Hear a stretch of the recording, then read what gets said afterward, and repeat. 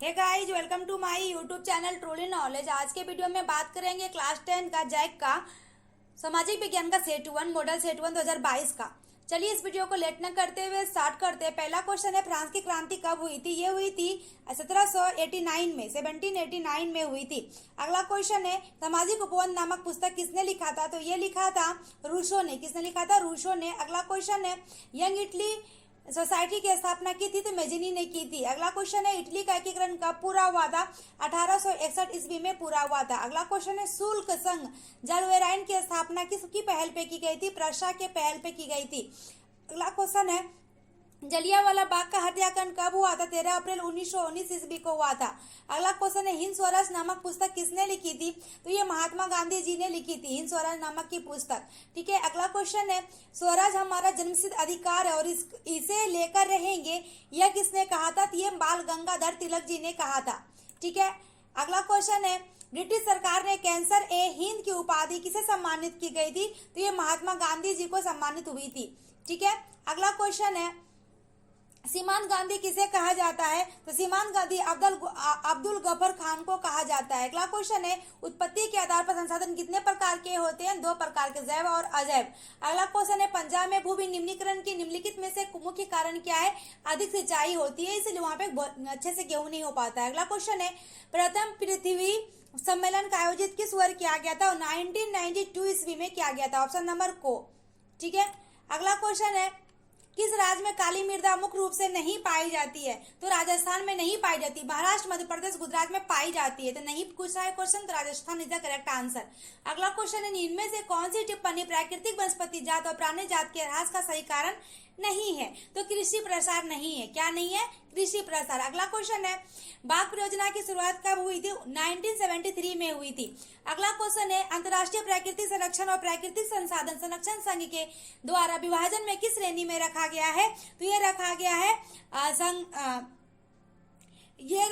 है संकट का जनजाति और लुप्त जनजाति दुर्लभ, इनमें सभी में रखा गया। किसमें रखा गया? सब में, दुर्लभ में भी, संकट में भी और लुप्त में भी, सभी में रखा गया है। ठीक है। अगला क्वेश्चन है, 14वीं शताब्दी में किसने दिल्ली में सीरी फोर्ट क्षेत्र में जल की सप्लाई के लिए हौज खास का निर्माण करवाया था? तो खिलजी ने। चारों का चारों ऑप्शन जो है क्या है? गलत है। तो क्या हो जाएगा आंसर? खिलजी ने करवाया था। अगला क्वेश्चन, इसका आंसर क्या हो जाएगा? खिलजी हो जाएगा। चारों का चारों ऑप्शन जो है ये गलत है, तो क्या हो जाएगा? खिलजी ने हो जाएगा। ठीक है। अगला क्वेश्चन है, निम्नलिखित में से कौन सा वक्तंश बहुउद्देशीय नदी परियोजनाओं के पक्ष में दिया गया तर्क सही नहीं है? तो ये जो तर्क है, बहुउद्देशीय परियोजनाएं हमारे उद्योग और घरों के लिए विद्युत ऊर्जा पैदा करती है, तो ये जो तर्क है ये सही नहीं है हमारे लिए। ठीक है। अगला क्वेश्चन है हमारा, सरदार सरोवर बांध किस नदी पर बनाया गया है? तो नर्मदा नदी पे बनाया गया है। अगला क्वेश्चन है, समानता किस देश का विकास किस आधार पर निर्धारित किया जा सकता है? तो वो प्रति व्यक्ति आय भी होनी चाहिए, लोगों की स्वास्थ्य स्थिति भी सही होनी चाहिए, साक्षरता दर भी होनी चाहिए, सभी होनी चाहिए। उपरोक्त सभी हो जाएगा करेक्ट आंसर। अगला क्वेश्चन है, मान लीजिए किसी देश में 4 परिवार है, इन परिवारों की प्रति व्यक्ति आय 5,000 रुपया, अगर 3 परिवारों की आय 4,000 से 7,000 और 3,000 है, चौथी परिवारों की आयु लगभग कितनी होगी? तो कितनी हो जाएगी? 6,000। कितनी हो जाएगी? 6,000 हो जाएगी। ठीक है। तो अगला क्वेश्चन है हमारा, मानव विकास रिपोर्ट देश की तुलना किस आधार पे की जाती है? तो ये की जाती है स्वास्थ्य के आधार पे भी, प्रति व्यक्ति आय के आधार पे भी, शिक्षा के आधार पे भी। तो ये हो जाएगा उपरोक्त सभी। ठीक है। अगला क्वेश्चन है, एक वर्ष में पैदा हुए प्रति 1,000 जीवित बच्ची में से 1 वर्ष की आयु से पहले मर जाने की संख्या क्या कहलाती है? ऑब्वियस है, शिशु मृत्यु दर। पहले मरेगा तो शिशु मृत्यु दर ही कहलाएगा ना। अगला क्वेश्चन है, वनोत्पादक संग्रह करना किस क्षेत्र का गतिविधि है? तो ये कौन सा वनोत्पादक? प्राथमिक है। वन जो मिलता है कौन सा क्षेत्र है? ये प्राथमिक क्षेत्र है। ठीक है। हे गाइस, अगला क्वेश्चन है हमारा, वे क्षेत्र जो सरकार द्वारा पंजीकृत होते हैं और उन्हें सरकारी नियमों और विनियमों का अनुपालन करना होता है, क्या कहलाते हैं? तो वैसे से जो है हमारा संगठित क्षेत्र कहलाते हैं। तो ऑप्शन नंबर को। अगला क्वेश्चन है, रमेश, सुरेश, नरेश और राकेश 4 भाई हैं। रमेश खेतों में काम करता है, सुरेश किसी फैक्ट्री में मजदूरी करता है, नरेश एक शिक्षक है और राकेश एक टैक्सी ड्राइवर है। इनमें से किसके कार्य सेवा क्षेत्र के अंतर्गत आते हैं? तो कार्य सेवा क्षेत्र का आएगा नरेश और राकेश आएगा। ठीक है। किसके? नरेश और राकेश के अंतर्गत आएगा। अगला क्वेश्चन है, रोहन एक अकुशल बेरोजगार युवक है, वो रोजगार गारंटी देने वाली सरकारी योजना मनरेगा के तहत अपना पंजीयन करवाता है। तो रोहन को वर्ष में कितने दिनों के रोजगार की गारंटी? 100 जो भी है मनरेगा के तहत 100 दिन का ही काम मिलता है, तो 100 डेज। ठीक है, अगला क्वेश्चन है, एक खेत में लक्ष्मण और उसके परिवार के 4 व्यक्ति काम करते हैं जिसमें सालाना 20 कुंटल गेहूं उत्पादन होता है। लक्ष्मण के चचेरे भाई करण ने 1 वर्ष तक लक्ष्मण और परिवार साथ मिलकर कार्य किया, परंतु उस वर्ष कुछ उत्पादन में वृद्धि नहीं हुई थी।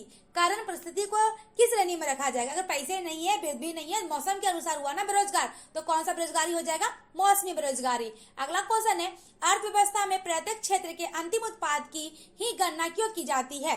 क्योंकि दोहरी गणना की समस्या से बचने के लिए, क्योंकि क्या आती है? दोहरी गणना की समस्या से बचने के लिए हो जाएगा करेक्ट आंसर। तो ऑप्शन नंबर क्या हो जाएगा? ख हो जाएगा।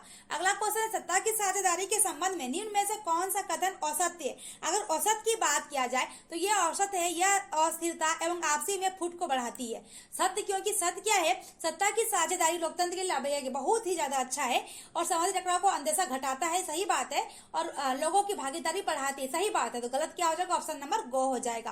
अगला क्वेश्चन है, निम्न में से कौन बेल्जियम की भाषाई समूह नहीं है? तो बेल्जियम में जो है कौन सी भाषा नहीं बोली जाती है? ये स्पेनिश नहीं बोली जाती है, क्योंकि फ्रेंच, डच, जर्मन बोली जाती है। अगला क्वेश्चन है हमारा, स्वतंत्र राष्ट्र बनने के बाद श्रीलंका में किसे राजभाषा घोषित किया गया था? स्वतंत्र राजभाषा में सिंहली को, किसको? सिंहली को घोषित किया गया था राजभाषा। ठीक है, अगला क्वेश्चन है, श्रीलंका कब स्वतंत्र हुआ था? श्रीलंका 1948 में हुआ था, हमारे देश आजाद होने के बाद। ठीक है, निम्न में से कौन सा संघवाद एक विशेषता नहीं है? तो एक विशेषता अगर नहीं बात किया जाए तो ये हो जाएगा हमारा, विभिन्न स्तरों की सरकारों के अधिकार क्षेत्र संबंध में स्पष्ट रूप से वर्णित नहीं होते। ऑप्शन नंबर गो हो जाएगा।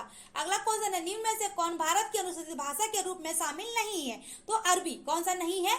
अरबी नहीं है। संथाली, मैथिली, असमिया बोली जाती है। अगला क्वेश्चन है, निम्न में से कौन सुमेलित नहीं है? सुमेलित नहीं की अगर बात किया जाए तो क्या हो जाएगा?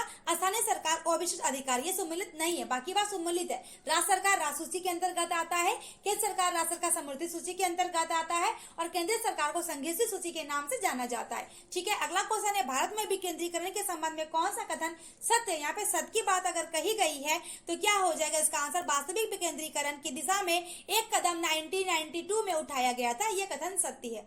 अगला क्वेश्चन है, निम्न में से कौन सुमेलित नहीं है? नहीं की अगर बात किया जाए तो दबाव समूह राजनीति सीधे में भाग लेते हैं, ये हो जाएगा नहीं है, क्योंकि ये सारे हैं।